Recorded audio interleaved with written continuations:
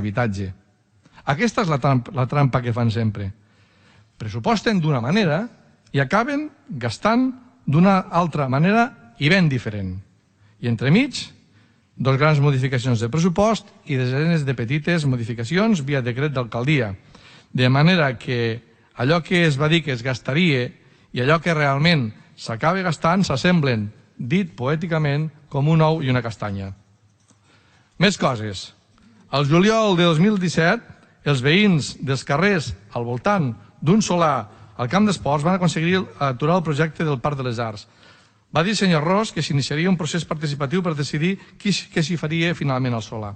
I no sé quin procés participatiu s'ha fet, però el cert és que el més calent està a l'Aigüera. Com el més calent està a l'Aigüera en altres llocs, en altres zones com la Mariola i el seu meravellós Pla Mariola 20.000. Però val a dir que fa 14 anys, per exemple, s'havien anunciat inversions milionàries al barri, com un edifici d'ús cultural i tecnològic o un pla de dinamització comercial. Res fet.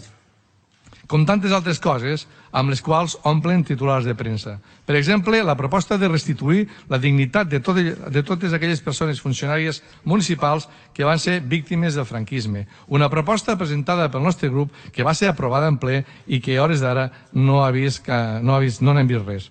I també van omplir titulars amb la recollida porta a porta, perquè el que el govern de la Paeria en diu porta a porta s'acosta més al model de contenidors que el de porta a porta. I per tant, pensem que no servirà per arribar als objectius establerts d'augmentar la recollida selectiva fins al 60%.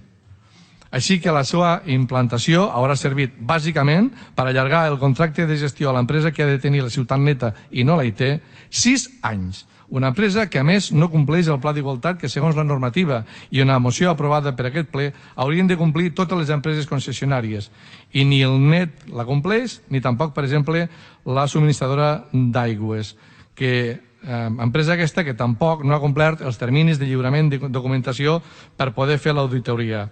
Una auditoria, per cert, que fa més de 2 anys que hauria d'estar acabada i passada per comissió i encara no li hem vist la cara. Motius tots més que suficients com perquè recuperem la gestió tant de la neteja i la recollida de residus.